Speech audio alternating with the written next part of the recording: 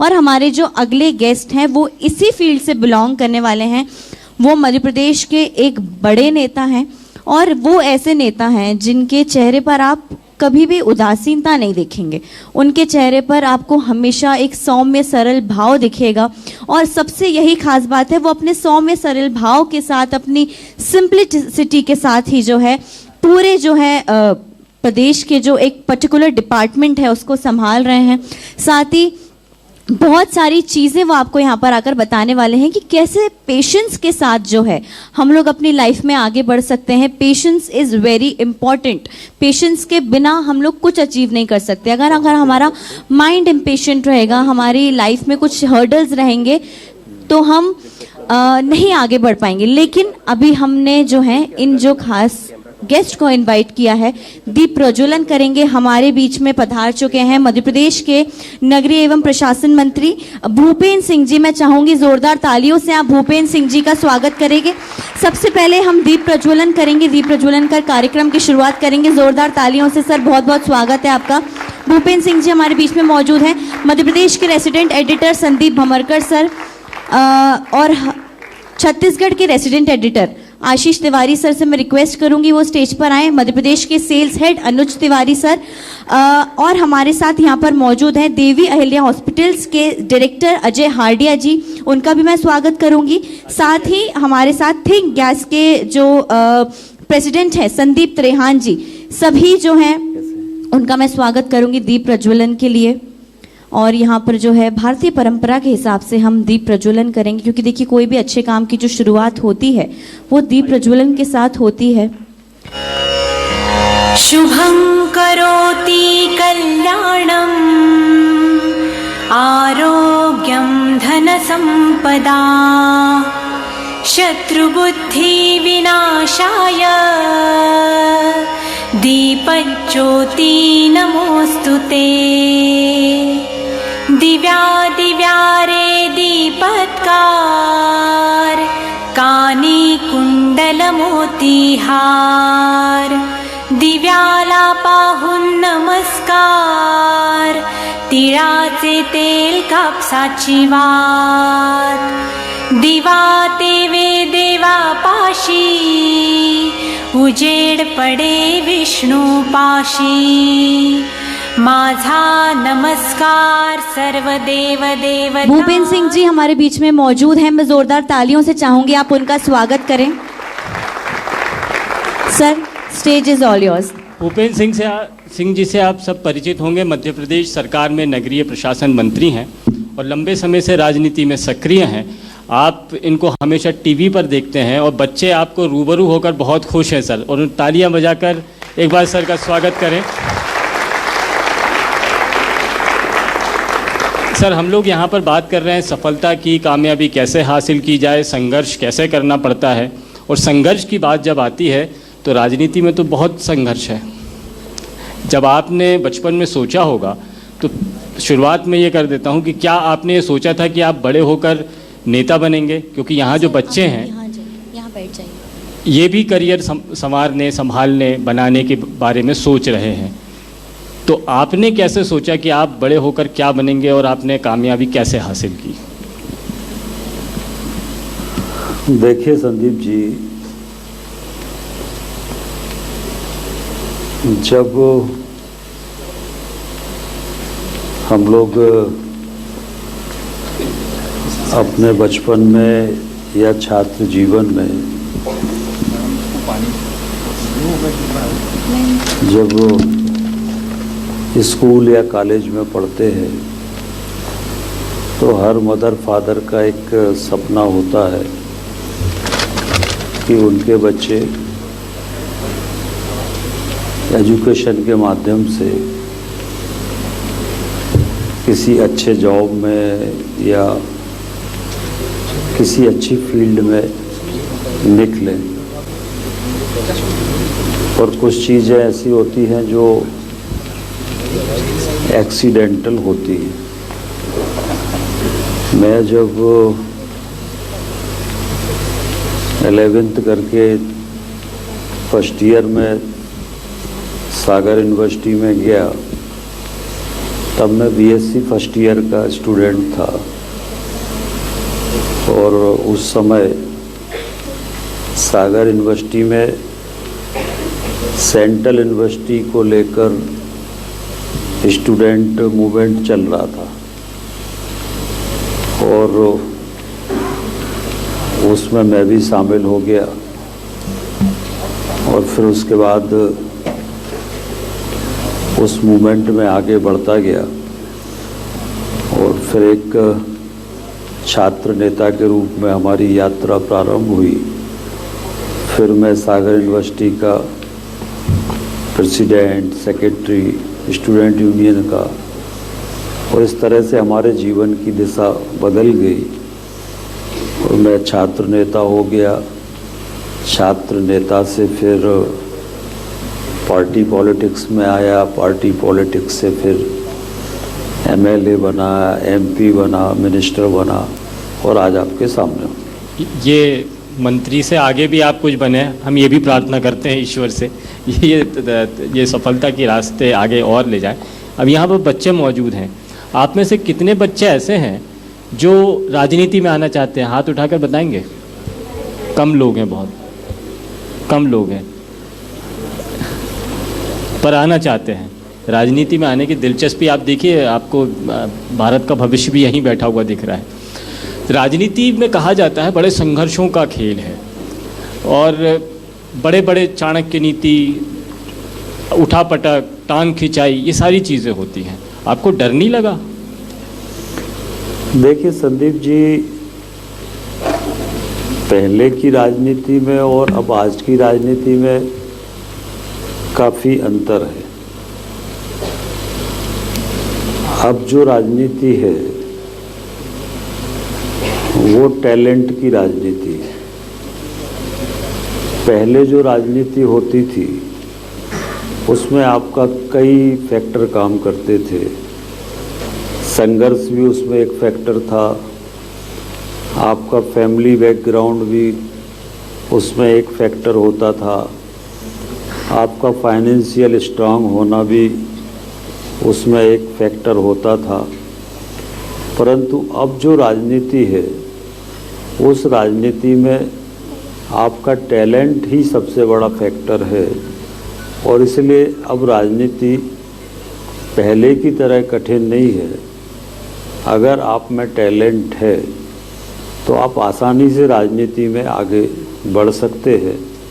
और अब जो राजनीति का दौर है वह दौर डेवलपमेंट का दौर है।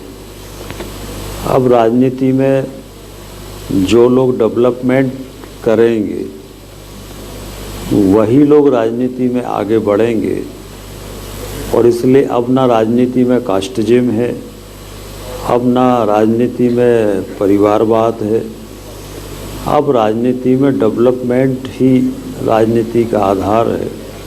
और इसलिए अब राजनीति पहले की तुलना में काफ़ी सरल है और जिनमें टैलेंट है वो राजनीति में आगे बढ़ सकते हैं। आपने जब राजनीति में आप आए होंगे तो आप नए दौर की राजनीति में है जहां विकास की बातें होती हैं और शायद यही वजह है कि लंबे अरसे से 17-18 साल हो गया है, 19 साल हो गया है कि आपकी ही सरकार है, चलती जा रही है, रुकने का नाम ही नहीं लेती। तो ये सरकार, आप जब सरकार के हिस्से बने और आप जब नीति निर्धारक बने तब आपने क्या बदलाव किए, क्या सोच रही मन की, या सरकार की क्या सोच है, विकास के नए मापदंड क्या हो सकते हैं, कि किस तरह का विकास होना चाहिए? केवल पुल पुलिया निर्माण ही विकास नहीं है और विकास की नई अवधारणाएं आपने खोजी हैं, वो क्या रही? देखिए, विकास के कई मापदंड होते हैं। एक विकास तो जो इंफ्रास्ट्रक्चर का डेवलपमेंट होता है, एक विकास तो वो विकास होता है। एक विकास हमारा जो सिस्टम है वो सिस्टम पारदर्शी होना चाहिए। एक हमारा जो सिस्टम है वो करप्शन से पूरी तरह से करप्शन लेस हमारा डेवलपमेंट होना चाहिए। आज की जो अब टेक्नोलॉजी है, ये टेक्नोलॉजी का उपयोग करके हम एक करप्शन लेस जो है वो सिस्टम हम डेमोक्रेसी में दे सकते हैं। और इसलिए धीरे धीरे करके अब देश में करप्शन कम हो रहा है और डेवलपमेंट इसीलिए अब आगे बढ़ रहा है। और जब करप्शन लेस सिस्टम होता है तो निश्चित रूप से पब्लिक को उसका लाभ मिलता है और आसानी से जो बेसिक फैसिलिटी है वो लोगों को मिल पाती है। और अब मेरे ख्याल से बच्चे इतने सारे मौजूद हैं, मन में कुछ सवाल भी आए होंगे। कितनों के मन में सवाल आए भाई? अच्छा, आपका बहुत सारे सवाल हो गए। माइक का इंतज़ाम कीजिए। बहुत सारे सवाल आ रहे हैं, बच्चों के मन के सवाल हैं। और ये एक माइक यहाँ पे दीजिए। हाँ, नमस्कार सर, हमारा नाम रेशु तोमर है, हमारा ही भोपाल से बीएड की छात्रा हैं। सर, हमारा आपसे प्रश्न ये है कि राजनीति में हम पुरुषों की जो भागीदारी है वो ज़्यादा देखते हैं, महिलाओं की भागीदारी कम है। बहुत बढ़िया। तो सर इस बारे में आपका क्या कहना है? माइक ले लीजिए। एक और सवाल है सर। दूसरा प्रश्न ये है कि ऐसी भ्रांति है आम जनता में कि पॉलिटिक्स अच्छी नहीं होती एज अ करियर। यदि हम यहाँ पर देखें, मौजूद हैं हम सभी, तो एज अ करियर पॉलिटिक्स को इतना प्रायोरिटी नहीं दी जाती सर। तो इस बारे में आप और क्या कहना चाहेंगे सर? ये दो प्रश्न है मेरे। धन्यवाद। बहुत बढ़िया सवाल आए सर। देखिए, दोनों जो सवाल हैं आपके वो बहुत ही महत्वपूर्ण सवाल है। पहला तो जहाँ तक महिलाओं की भागीदारी का सवाल है,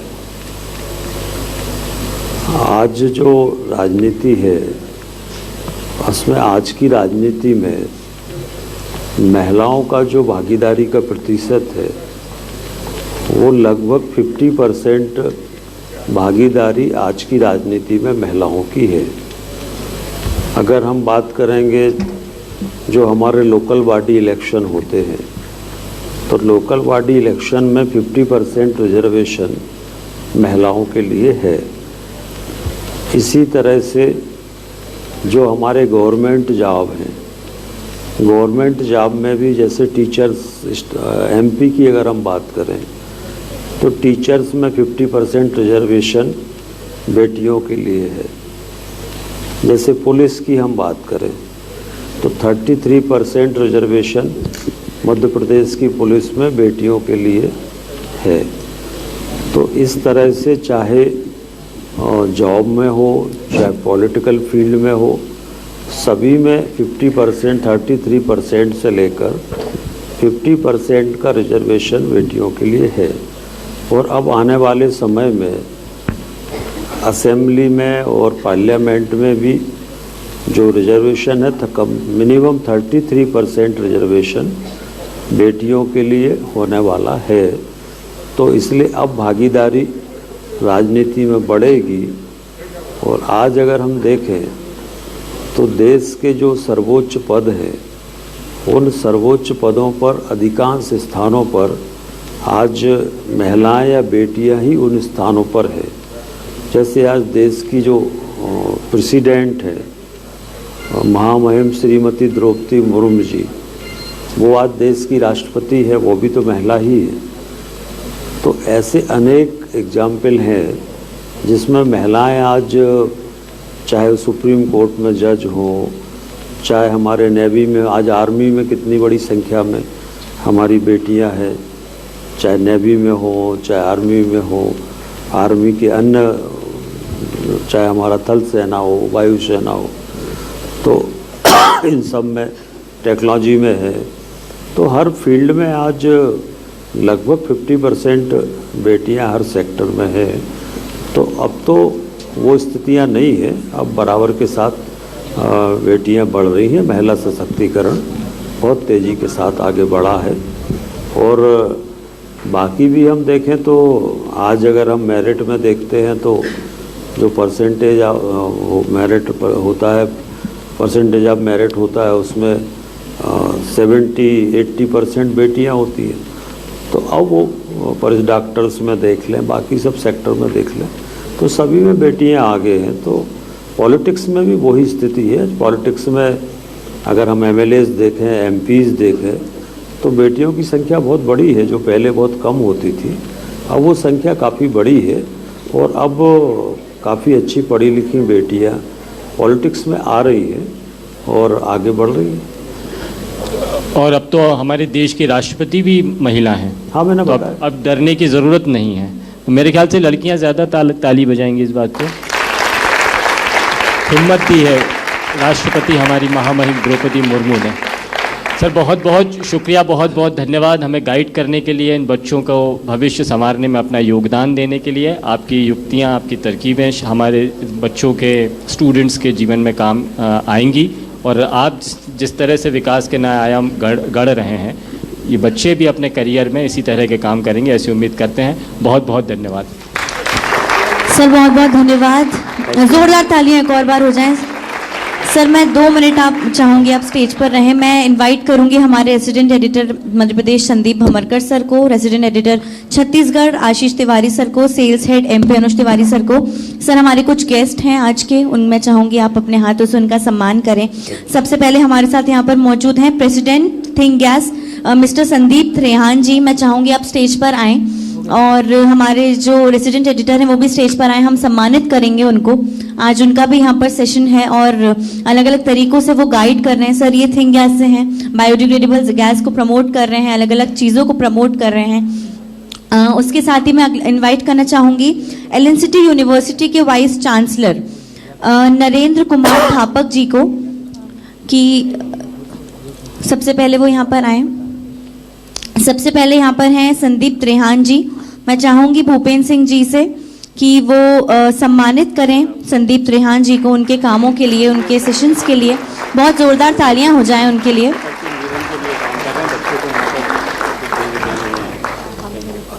बहुत बहुत धन्यवाद सर। हमारे साथ हैं नरेंद्र कुमार थापक जी, जो कि वाइस चांसलर हैं LNCT यूनिवर्सिटी के। बच्चों को एक नई दिशा दे रहे हैं पढ़ाई में LNCT यूनिवर्सिटी, और यहाँ पर जानी जाती है अपनी क्वालिटी एजुकेशन के लिए। मैं चाहूँगी कि भूपेंद्र सिंह जी उनको सम्मानित करें, नगरीय प्रशासन मंत्री हैं, वाइस चांसलर को सम्मानित करें नरेंद्र कुमार थापक जी को। बहुत बहुत धन्यवाद सर, आपने समय निकाला। और जी बिल्कुल, हम चाहेंगे कि हमारे जो रेसिडेंट एडिटर मध्य प्रदेश हैं वो भूपेंद्र सिंह जी को सम्मानित करें, और रेसिडेंट एडिटर छत्तीसगढ़ आशीष तिवारी जी को भी। जोरदार तालियां हो जाएं मंत्री जी के लिए। Thank you very much sir, thank you. सब बिजी स्केड्यूल में से आपने समय निकाला, बहुत बहुत धन्यवाद सर आने के लिए, बहुत धन्यवाद।